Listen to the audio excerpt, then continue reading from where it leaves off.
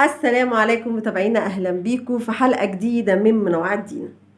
ام الدنيا، لما اقول اسم ام الدنيا طبعا ما فيش غيرها في العالم كله، هي مصر. مصر هي ام الدنيا. طيب، عمركم ما سالتوا نفسكم مين اللي سمى مصر ام الدنيا واسمها ام الدنيا ليه؟ هنتكلم عن موضوع مهم جدا، هي ام الدنيا وليه اسمها ام الدنيا، وهنتكلم عن احداث مهمه جدا بتحصل في الفتره دي ودور مصر فيها. خليكم معايا لاخر الفيديو. اللي اطلقوا على مصر ام الدنيا هم الاوروبيون، ومن هنا بدات الحكايه. بدا العلماء يبحثوا ليه مصر اسمها ام الدنيا. اول حاجه علق عليها هو ابن كثير، وقال اسمها أم الدنيا نسبة للسيدة هاجر عليه السلام وهي مصرية، وجاء إليها سيدنا إبراهيم وهو أبو الأنبياء وتزوجها وأنجب منها سيدنا إسماعيل عليه السلام. ومن هنا بدأت الحكاية. السيدة هاجر أخذت ابنها وذهبت إلى الجزيرة العربية، وسيدنا إسماعيل أول نبي يتحدث باللغة العربية وهو جد سيدنا محمد عليه أفضل الصلاة والسلام. وهناك رأي تاني بيقول اسمها أم الدنيا نسبة ل7 سنين العجاف اللي مرت بيها مصر أيام سيدنا يوسف عليه السلام.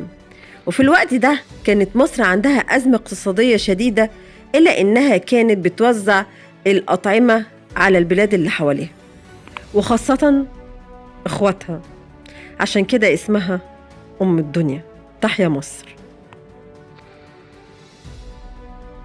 معنى كده ان مصر دي ما بتفكرش في نفسها، بتفكر في اللي حواليها.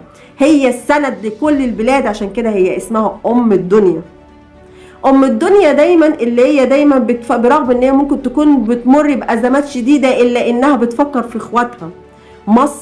مصر حدودها فيها مشاكل، ولكن برغم من مشاكل ان ربنا حافظها. والكلام ده انا مش جايباه من عندي، الكلام ده سيدنا نوح اللي قاله لما قال ايام الطوفان كان بيجمع الناس بيركبهم من البلاد، يمر على كل بلد ويجمع الناس يركبهم السفينه الا مصر. فسئل سيدنا نوح ليه ما خدتش من مصر؟ قال عشان ربنا حافظها وهيحفظها، والله خير حافظا وهو ارحم الراحمين.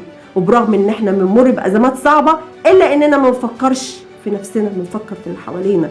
البلد الوحيده اللي ما فيهاش عنصريه، دايما بيباننا مفتوحه للاجئين. تعالوا شوفوا مصر دلوقتي مليانه لاجئين في كل الشوارع، سودانيين وافريقيين وسوريين، ورغم كده احنا ما عندناش عنصريه، بنقسم اللقمه ما بينهم برغم ان احنا فينا ازمه اقتصاديه.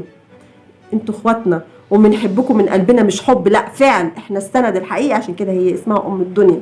كلنا محتاجين دعوه، كلنا محتاجين دعوات. ليبيا محتاجه دعوه، مصر، مغرب، واخواتنا انتوا عارفين قصدي ايه. ربنا يمر ازمتهم على خير، ولكن نثبت وما نسيبش مكاننا ولا بيوتنا لحد.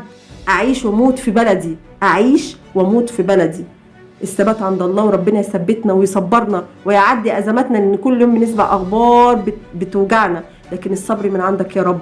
وربنا يا رب يحفظنا ويعدي ازمتنا على خير، واللي جاي احسن ان شاء الله. والسلام عليكم ورحمه الله وبركاته.